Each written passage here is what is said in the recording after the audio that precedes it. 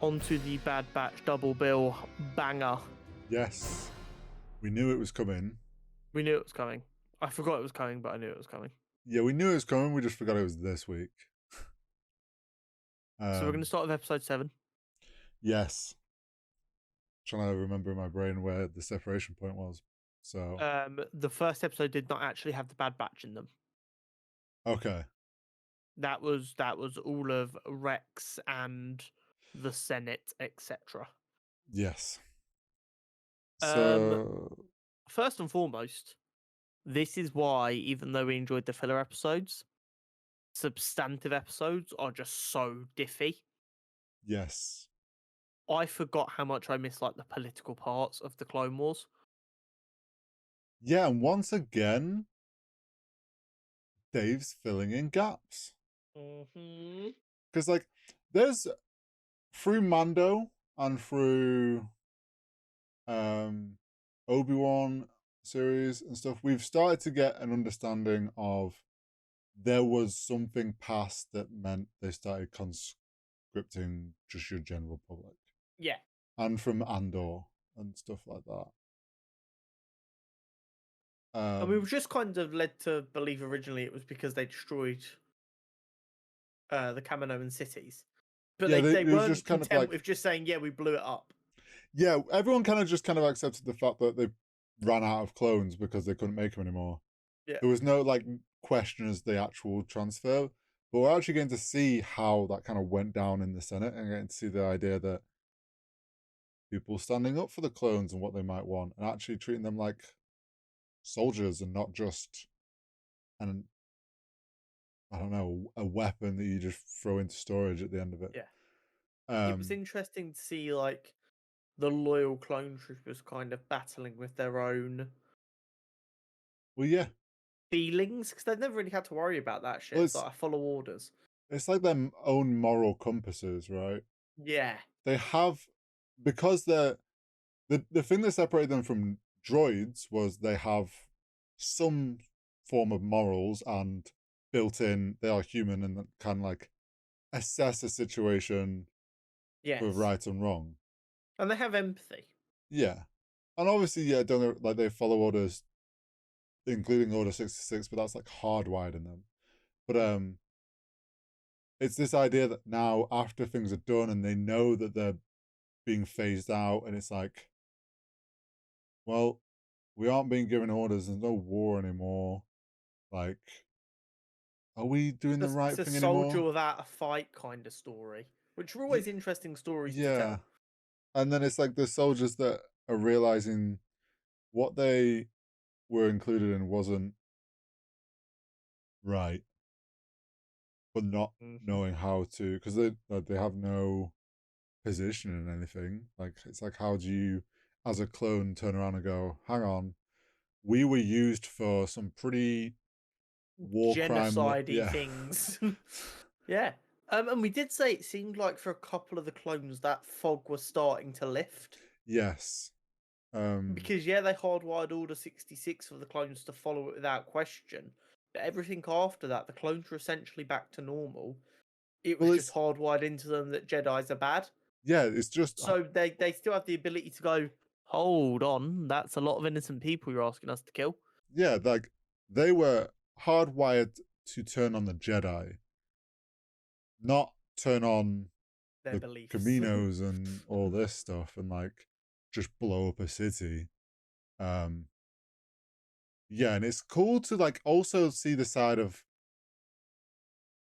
people actually being like, hang on a second, that was a city built out in the water, been there for many years, was built to sustain storms and the weather that it was in. Hang on, how does this just get washed away by a storm? Mm-hmm. So yeah, we got to see the Senate and start to see some of this political, and then it was quite obvious we were going to get Rex. Shout out my boy Bail Organa, by the way. Yes, The Bail Organa fucking goat. is back. I love that I man mean, so much. how can you can't have any interaction with the Senate during this time and not include him. Yes, exactly. Especially with all the context around it. He was a big part of the prequels. Yep. He was then a big part of the Clone Wars because obviously so much that took place in the Senate. We know obviously he took on Leia and Hmm. became Leia's surrogate father. He was part of Kenobi. So, and we know from Kenobi he's still part of the Senate as well. Yeah. So if you're going to show the Senate there, it's just a free way to show a face people recognize. And it means instead of trying to introduce us to two brand new characters who are going to fight for the clones, it's here is Bale, who you know is going to fight for the right thing, and here is another person. Yeah. Here's someone that you haven't met before, so you can't question why they haven't mentioned about fighting for the clones before. Hmm. New Senate person, it's like, okay, they were fighting for the clones. It's like, you've not heard of them. That's why you've not heard of this. Um, and obviously we get one of the clones getting the one that was gonna tell got assassinated. Yeah. Who at first I thought it was Crosshair. So did I, and I'm not wholeheartedly convinced it wasn't. No, I don't think that's It's because Crosshair is still, though he is back doing stuff, he's being kept at arm's length because they're not. I think because I forget the admiral's name, but he knows Rampart. that Bad Batch is alive, and Yeah. Crosshair. So he's like, so I knew it was. Well, I thought it was Crosshair because of sniper shots. Um, Obviously we find out later it wasn't, but then you get another clone on the run, Slip, who Yeah. contacts some help. Who I was like, oh, this is gonna be, this is Rex. Of Hmm. course, it's gonna be And Rex. low key, I'd be down for a live action Rex show where he just goes around helping other clones have normal lives. If we don't, I hope we get Rex in the Ahsoka show. So do I. Purely because like it's gonna happen. Their paths are gonna cross it. It's got to. We've got to get live action Rex at some point. It has to happen. Um, It is the way. but yeah, we I mean, get have we not technically already had live action Rex? He was confirmed to be the yes, true. old dude with the white beard in We have, but we haven't like episode 6. Yeah, we clear cut had watching him. it for the first time. We've not had an interaction with live action Yeah. Rex, but we Okay. know he's still cutting about, so there's no reason we can't have him. Exactly. I'm trying to think what else went down. um, I It's mean, a lot she of eventually this. got the info. You got the Oh, impression that Rampart we got the. was gone. We got. She worked out, or she met the clone, didn't she? And then eventually they hunted down the clone, Slip. Yes. Uh, but then ended up being ambushed. Yeah, Is which and Slip died and she didn't. yes, and Rex saves the day. Mm-hmm. Because Rex is a Giga Chad. Yes. And then we get a throwback to the hangar of Ahsoka's friends. Yep. I knew as soon as he was like, "I know a place," and showed that like pan down into the underworld section. I was like, "We're going to the hangar. Like this is like perfect." It's a shame that they weren't there. I like the little nod though of like, "Oh, it's a couple of a couple of friends own this place," but Yeah. and people that have watched the Clone Wars will have recognized it. I did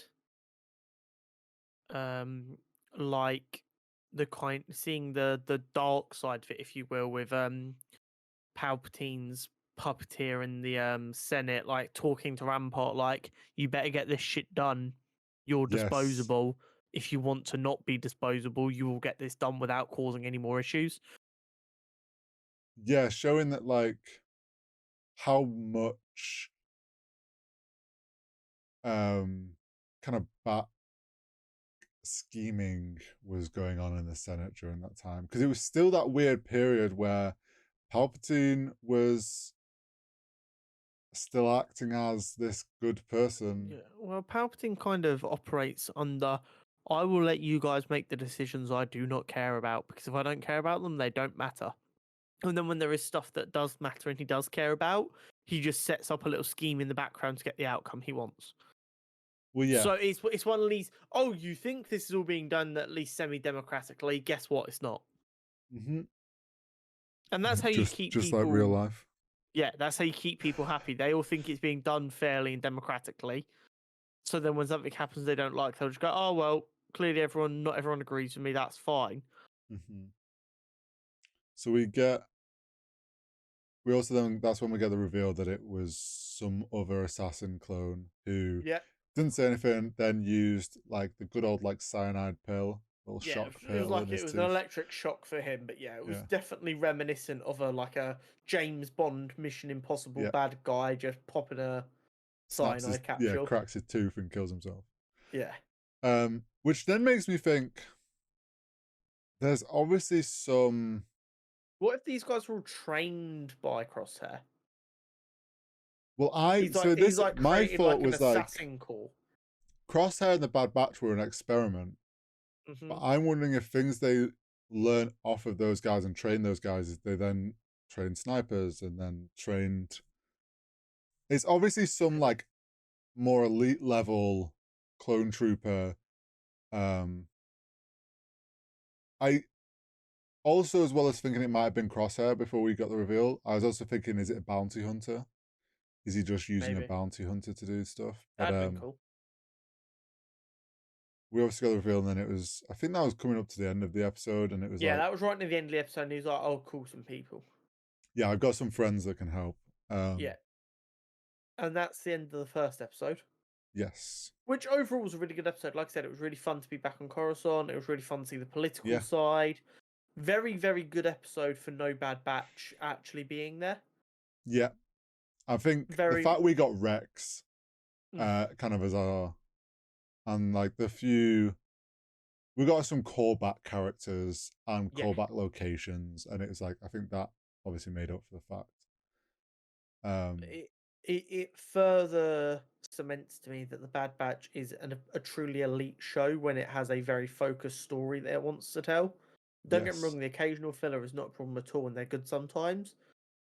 But no matter how much I enjoy the filler stuff, when they do an episode like these two, I'm just like, oh yeah, this is the good stuff. It doesn't, although you're aware it's still a cartoon, it doesn't feel like a cartoony show that you see on like no, Cartoon Network. You're like, oh fuck yeah, this is they story. This was peak Star Wars this week. what this Peak Star is it's Wars. Dave knows the people that the big majority of people that are going to watch this, the age range are the ones that grew up on the animated Clone Wars, so Uh they huh. are older now, and I still stand by the fact that Bad Batch is just Dave's way of continuing the Clone Wars Yeah. animated series.